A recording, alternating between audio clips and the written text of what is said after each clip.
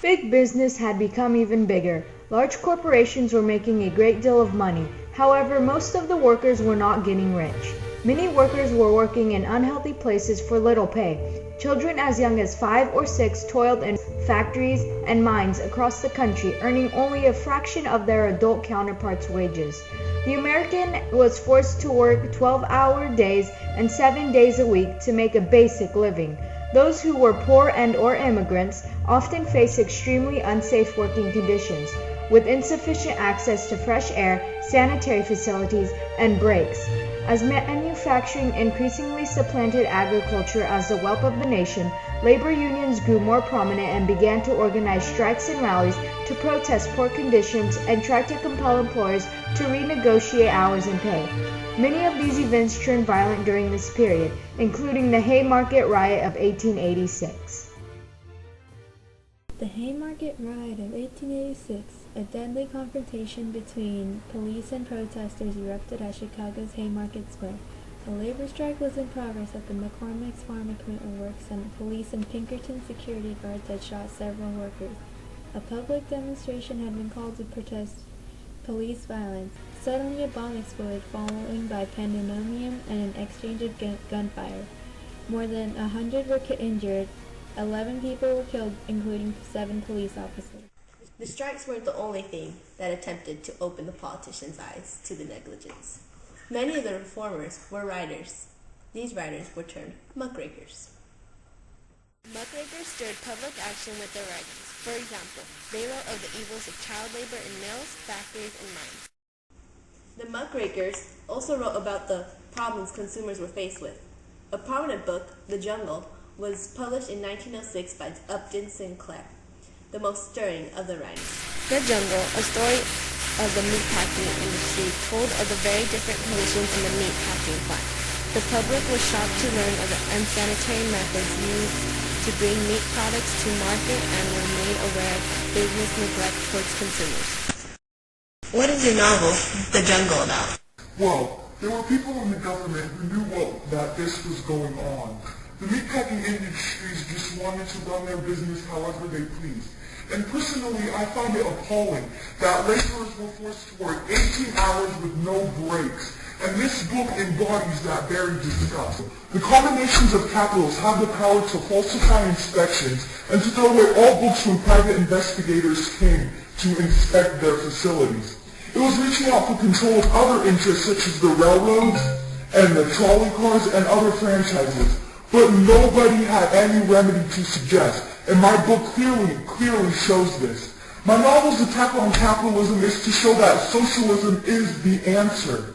Socialism has the ability to teach and organize everyone and prepare them for the time when they can seize the meatpacking industry and teach them to organize into a place that will produce food for human beings. What does your book say about all people in general? Well, it basically shows the carelessness of business towards their workers and their consumers. To sum it all up, I could just say, here was a population, low class, mostly foreign, hanging always on the verge of starvation, and dependent for its opportunities of life upon the whim of every man, every bit as brutal and unscrupulous as the old-time slave drivers. Under such circumstances, immorality was exactly as inevitable and as prevalent as it was under the system of chattel slavery. Things that were quite unspeakable went on there in the packing houses all the time and were taken for granted by everybody. Many new jobs for women were created during the Industrial Age. From 1880 to 1900, the number of employed women went from 2.6 to 8.6 million. Near closing time, on March 25, 1911, a fire broke out on the Triangle's waste factory.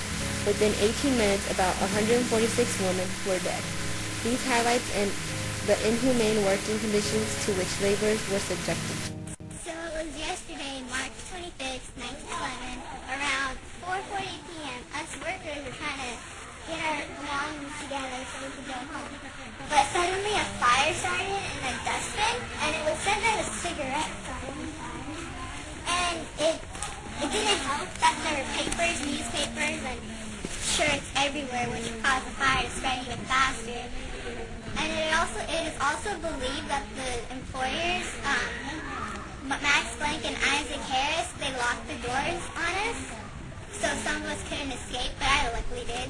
But 146 people died. Workers tried to put the fire out, but when we turned the water valve on, no water came out. Harris and Blank, they profited a lot, but that was because of their unfair working conditions and unfair wages.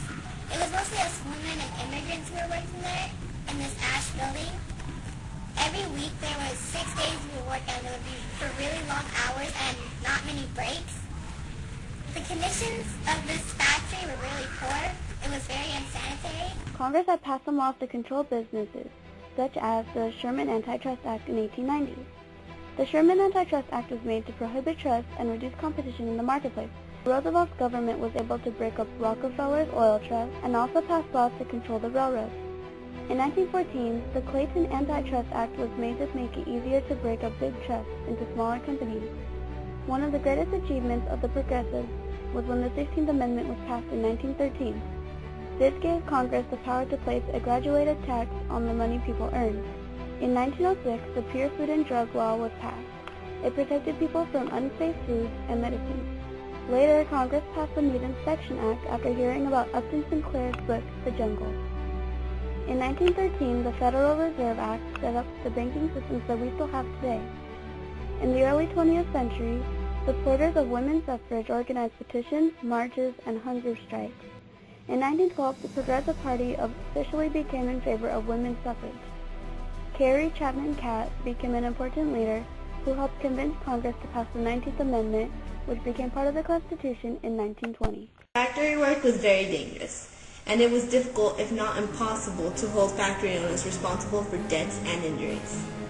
Around the 1900s, 25,000 to 35,000 deaths and 1 million injuries per year occurred on industrial jobs. Fires, machinery accidents, train wrecks, and other misfortunes were common, and courts were not sympathetic to worker claims. Consumers were also negatively affected. The goods they were purchasing were not what they were supposed to be. Meat packed with rats and insects, and the purchaser had no idea. Medicine that was ineffective and actually killed some people were fortified with morphine, opium, or cocaine, clearly not safe for anyone. The negligence of businesses towards its workers and consumers were exposed by the strikes, muckrakers, and horrible events such as the Triangle Shirtwaist Fire. These helped pry open the shut eyes of the government and affected legislation to protect the American people. Well, that is all, and have a splendid day, and we shall see you next time.